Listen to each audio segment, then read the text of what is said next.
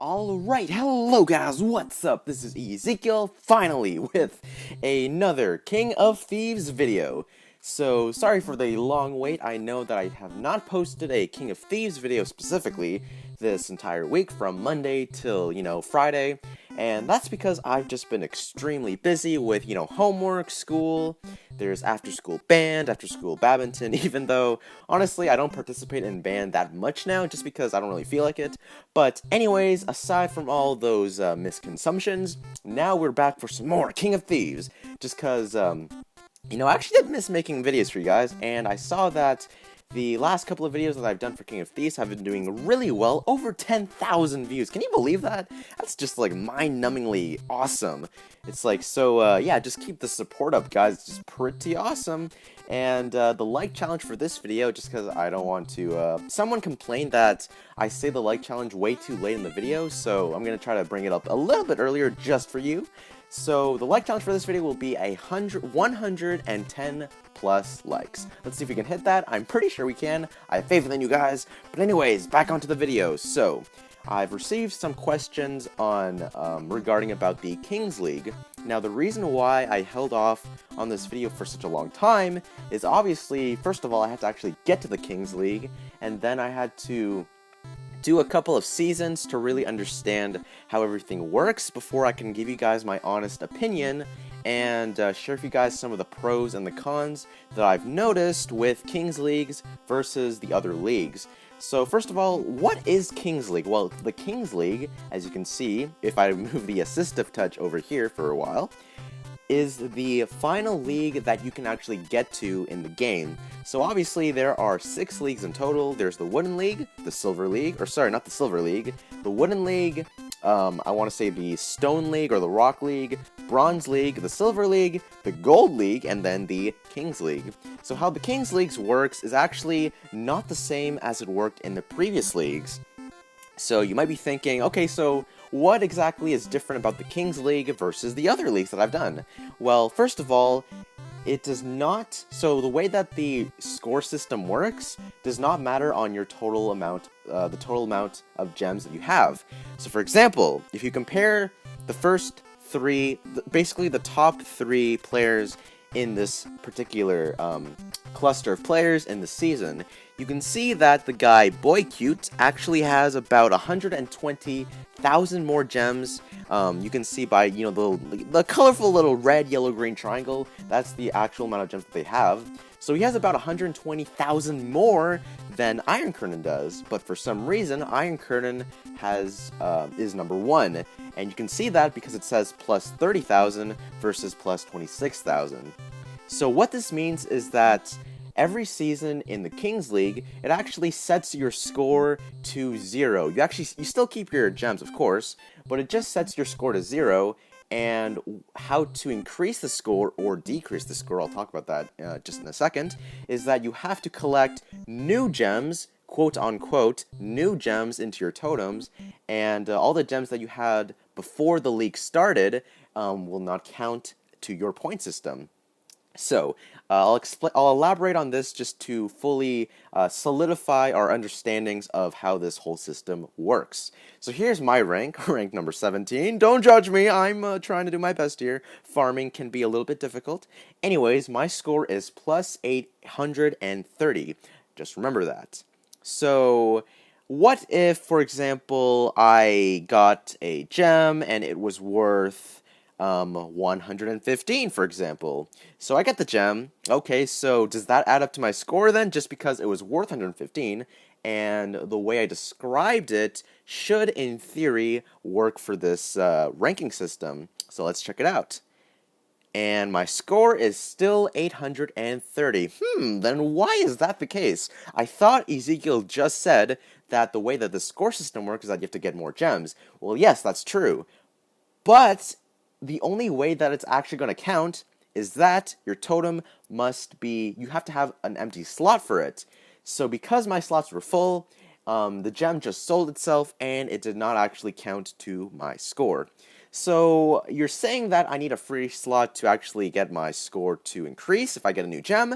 Yes, that is the case.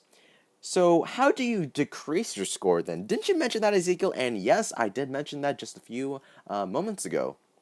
So there's two ways that you can actually lower your score if you want to or just by accident. The first way obviously is if someone steals your gem. For example, if someone stole one of my gems that are going in my totem right there, then say for example they stole my 4260 gem, then my score would lower by 4260. Or there's actually a second way to decrease your score if you really want to, and that is, for example, if I sold my 525 gem right here, so I just decided to sell it for 1,000 gold just because I, maybe for whatever reason, I wanted to upgrade something, so let's sell it. And then, if you go back here to my score ranking, oh, would you look at that? It's 305 now. And just a few seconds ago, it was actually 830. So what happened there? Well, like I said, if someone steals your gem, depending on the value of the gem, it will decrease by that. Or if you sell a gem, depending on its value, then it will also decrease by that value. So that's why my score decreased to 305. But now that I have a free slot in my, my totem slots right here, how about I try to increase my score if everything I said is actually true? So now that we have a free slot, let's try to get a random gem, just this one right here, just that is conveniently placed for my taking. So this one is worth 340, okay. So let's just add that to the slots right here. Let's go back to the score and see what the changes were.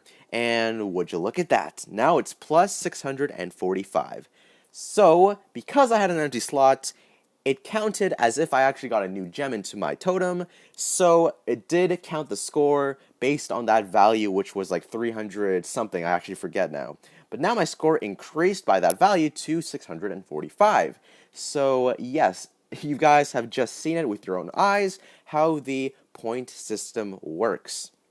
So now that you understand that, how exactly does this, just the organization and the rewards of the Kings Leagues works? Well, first of all, just as a just to clarify things, once you get to the Kings League, you will never drop out of this league. So you're gonna basically stay in the Kings League because you finally made it, and you're gonna face other players who have also made it this far. And depending on, there's no real set level, so you're going to probably be mixed in with a bunch of random people who are randomly leveled. As you can see, level 42, 24, 21, we got a 17 and a 14 right there, so it's kind of jumbled right there. Even a level 50 dude, so the levels aren't quite going to be the same, but more or less, all that really matters is your capabilities of raiding gems, and I'll get into that in just a moment. So here's how the rankings work. From 14 to 25th place, the reward is 10,000 gold. From 8th place to 13th place, the reward is 10 orbs and 30,000 gold. From 4th place to 7th place, the reward is 20 orbs and 60,000 orbs. Now here's the coolest part. So in the previous leagues how the first, second, and third players had the exact same reward, and the three of them would move on to the next league? Well, for Kings League, they've actually separated the first, second, and third place together to, just to indicate that first place gets a way better prize versus second place versus third place. So I really like it that they did that for the Kings League. It definitely motivates you. So instead of just, having some freeloaders follow you up to, first and second place and third place and all that stuff, then now it actually matters that you really want to try to push to the higher rank.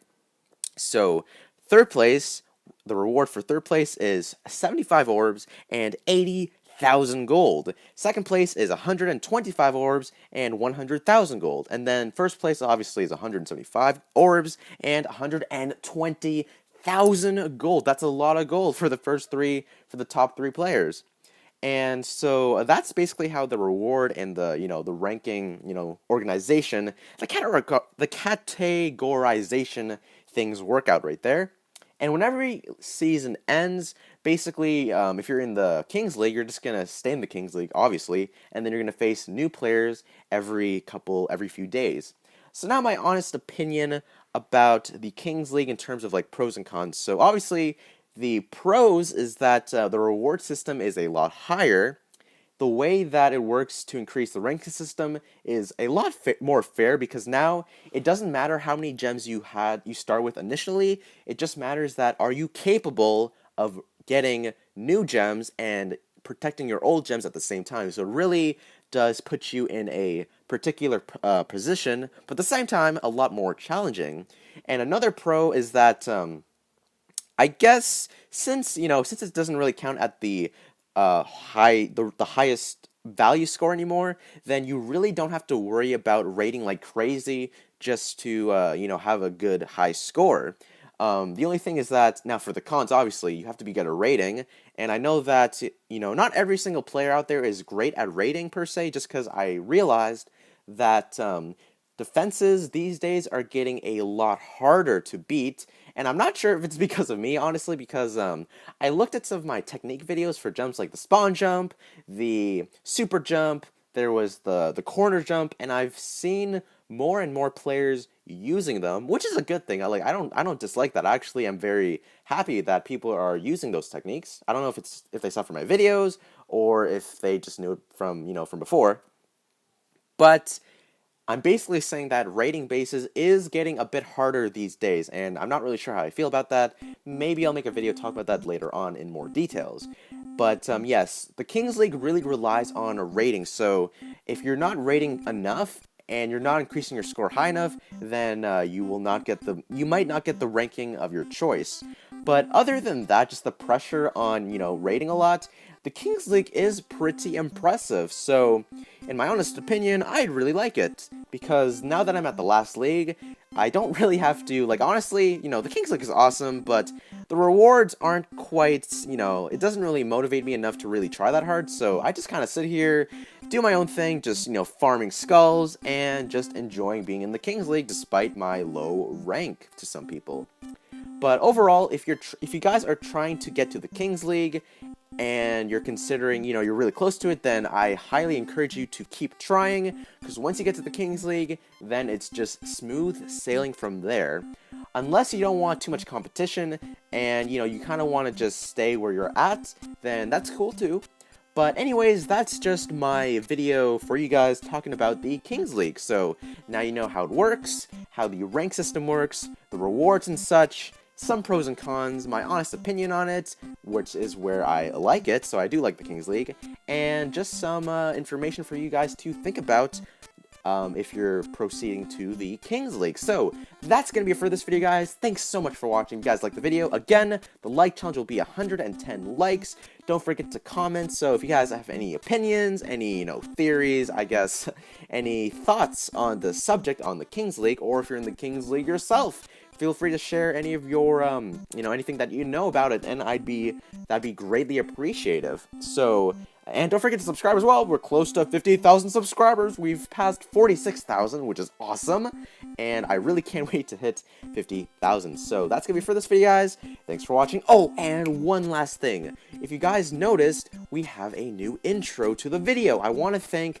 the owl. Wait, what's his name?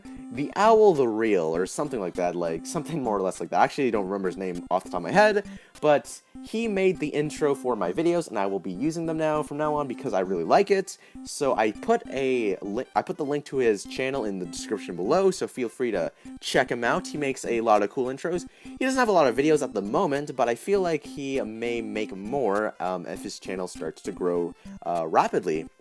So that's pretty awesome. And, yeah, so that's really all I want to say just before I end the video, just so I don't forget about him. But, yes, thank you so much to him, by the way, for the awesome intro. But anyways, overall, that's going to be the end for this video. Thanks for watching, and I'll see you guys in the next King of Thieves video. Thanks for watching. And don't forget to leave any suggestions for upcoming videos. That'd be greatly appreciated as well.